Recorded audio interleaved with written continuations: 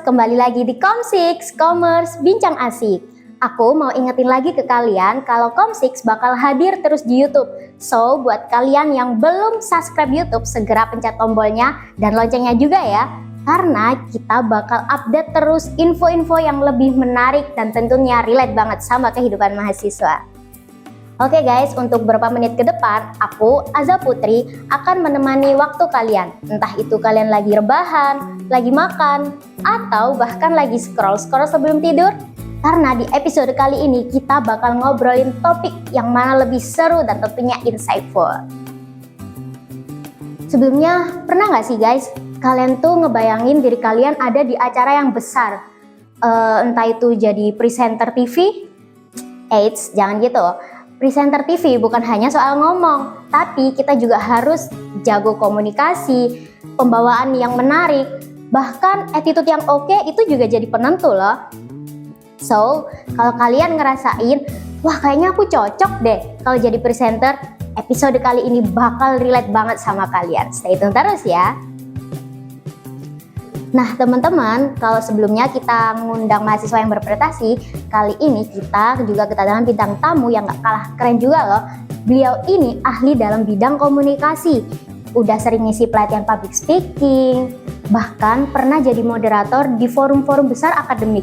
Dan juga beliau ini mentor mahasiswa. Langsung saja kita sambut, welcome Bu Ariza. Iya, terima kasih. Halo Bu, gimana kabarnya? Alhamdulillah. Alhamdulillah. Nah, ngomong-ngomong nih Bu, aku senang banget akhirnya bisa ngobrol berdua sama Ibu di Kom6 episode kali ini. Alhamdulillah. Alhamdulillah. Sebelumnya tuh aku juga pengen gitu Bu bahas lebih dalam tentang gimana sih dunia presenter itu. Nah, kebetulan ada Bu Ariza langsung nih di sini.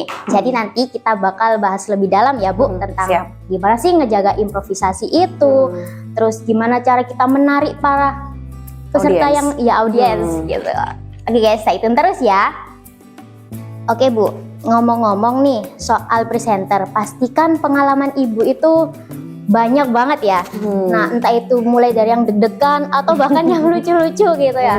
Nah, menurut Ibu sendiri gimana sih caranya Ibu itu ngejaga antara skrip dan improvisasi? Gimana cara Ibu menyeimbangkan dua hal itu? Oke, terima kasih pertanyaannya ya, cukup menarik dan perlu untuk dibahas ya. Tadi siapa namanya? Aza. Aza, wah nggak beda jauh ya, Ariza sama Aza. Nama email saya Aza loh. Oh iya? Email ya. Oke, baik.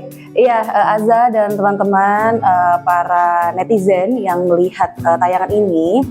Yang penting kita itu kalau misalnya mau berbicara di depan umum ya, kita harus kembali lagi ke topik yang memang akan kita sampaikan, intinya itu. Jadi makanya kenapa sebelum memulai ya seperti Azza seperti ini kan pasti siap dengan naskahnya gitu kan, betul. Sudah menyusun skripnya, apa yang akan disampaikan di paragraf pertama, kedua dan selanjutnya. Nah itu sama halnya dengan presenter yang lain, penyiar gitu kan, MC gitu, sama harus menyiapkan sesuai dengan topiknya, latar belakang acaranya, penyesuaian itu semua gitu kan.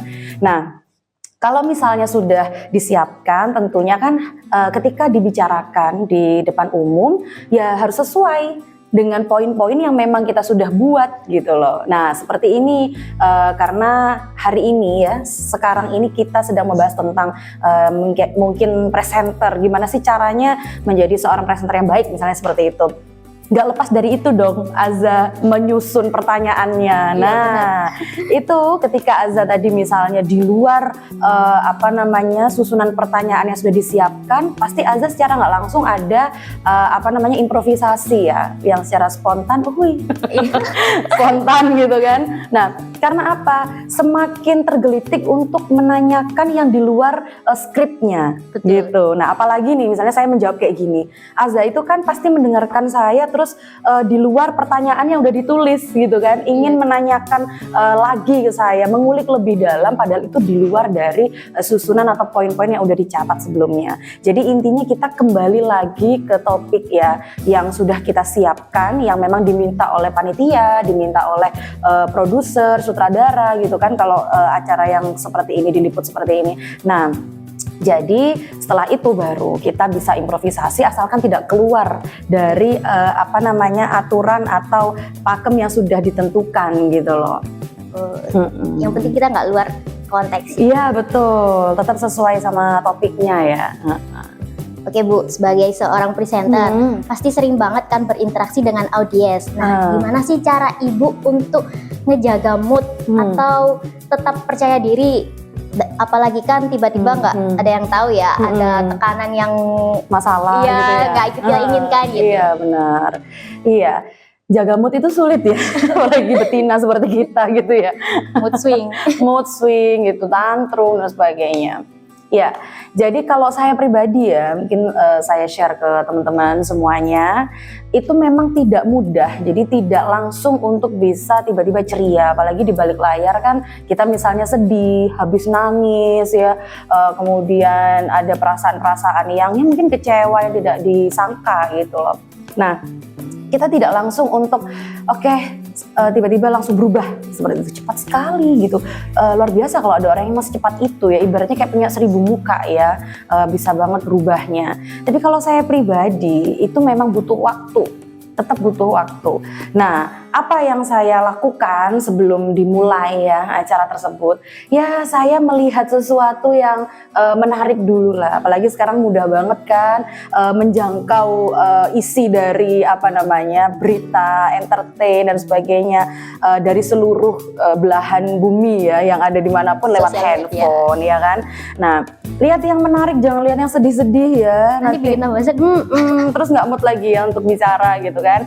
Terus habis itu dengerin musik misalnya yang apa yang kita sukai gitu, menata mimik wajah dengan cara misalnya latihan berbicara dulu nih di depan cermin gitu kan. Terus mengatur wajah yang baik gitu supaya bisa dilihat orang lain tuh bisa enak gitu loh ngelihat kita gitu kan. Nah, itu membangun kepercayaan orang juga. Kalau misalnya kita sendiri aja nggak pede sama diri kita, mesti orang lain juga nggak percaya kan sama kita gitu. Jadi itu cara mengaturnya, intinya tidak terbawa, betul-betul terbawa dengan suasana yang menyedihkan ya. Kita cepat mengalihkannya itu dengan melihat sesuatu yang menyenangkan gitu. Terus ini satu lagi, berinteraksi sama sekitar. Itu mencairkan suasana. Jadi gini, memang ada tanggung jawab besar ya bagi seorang presenter atau yang biasa untuk tampil di depan umum jadi public speaker. Yaitu kita memang harus humble sama orang gitu loh, supaya itu menjaga mood kita pada saat kita siaran gitu. Jadi kalau bisa memang siapa kayak disapa gitu kan, senyum kemanapun, karena orang nggak peduli gitu kan. Kamu mau habis nangis atau apa, kita nggak peduli gitu kan. Yang penting kamu sekarang jadi presenter di hadapan kita gitu. Jadi presenter itu nggak semudah yang kita bayangkan ya, Commerce. Ngomong-ngomong nih Bu, kalau di dunia presenter selain skill utama yang jadi kunci, apa sih yang dimiliki seorang presenter selain bisa ngomong tentunya? Oke, sebelum kita ngomong pasti kita punya skill yang utama ya kan. Apa itu? Kita akan bisa berbicara dengan orang lain ketika kita bisa mendengar gitu. Jadi apa yang sekarang Aza lakukan, pasti sebelumnya kan punya role model ya. Iya kan, pasti ada orang yang menginfluence Aza supaya aku mungkin bisa menjadi seperti dia dengan cara mendengarkan dia dulu, ya kan pastinya. Betul. Kamu bisa gini begitu ceria pembawaannya, nggak mungkin kalau nggak ada orang lain yang jadi acuannya gitu loh. Nah, melihat itu kan nggak secara visual juga, kita punya telinga juga pasti harus bisa mendengarkan apa atau isi yang disampaikan orang tersebut ketika berbicara gitu. Jadi memang skill yang utama mendengarkan terlebih dahulu, kemudian kita resapi kan. Jadi kan nggak cuma mendengar, kita simak, kita resapi dengan baik, kita ambil yang penting ya dari pembicaraan orang tersebut gitu. Kemudian suatu saat ketika kita diminta menjadi seorang narasumber, public speaker ya seperti Aza juga seperti ini, pasti akan mencontoh gitu loh. Jadi proses mencontoh itu tadi kan awal mulanya memang harus dari skill yang mendengar dulu nih, baru bisa berbicara. Kita bisa menyuarakan keadilan ya dengan kasus yang akhir-akhir ini lagi pelik sekali ya di Indonesia. Itu kan sebelumnya kita mendengar pernyataan-pernyataan yang membuat kita tergelitik untuk berbicara. Nah, seperti itu. Jadi memang kita wajib mendengarkan dulu, kemudian kita bisa berbicara dengan luas karena kita punya pengetahuan, pengalaman sebelum saat ini kita tampil gitu. Wah, insightful banget kan Commerce episode kali ini bersama narasumber cantik kita, Bu Ariza. Yang tadi kita bahas tentang seputar presenter. Jadi presenter itu bukan hanya tentang soal ngomong, tapi gimana juga cara kita mengatur keseimbangan antara improvisasi, ngejaga mood, dan tentunya menarik audiens agar selalu terjun dengan kita. Kayaknya udah cukup segitu saja ya episode kita kali ini bareng narasumber kita, Bu Ariza. Terima kasih ya banyak ya Bu, Sama-sama. udah meluangkan waktunya di episode kali ini. Dan untuk Commerce, jangan lupa saksikan terus dan tunggu episode-episode Komsik selanjutnya di channel YouTube kita. Sekian dari aku, terima kasih. Wassalamualaikum warahmatullahi wabarakatuh. Komsik, Commerce, bincang asik.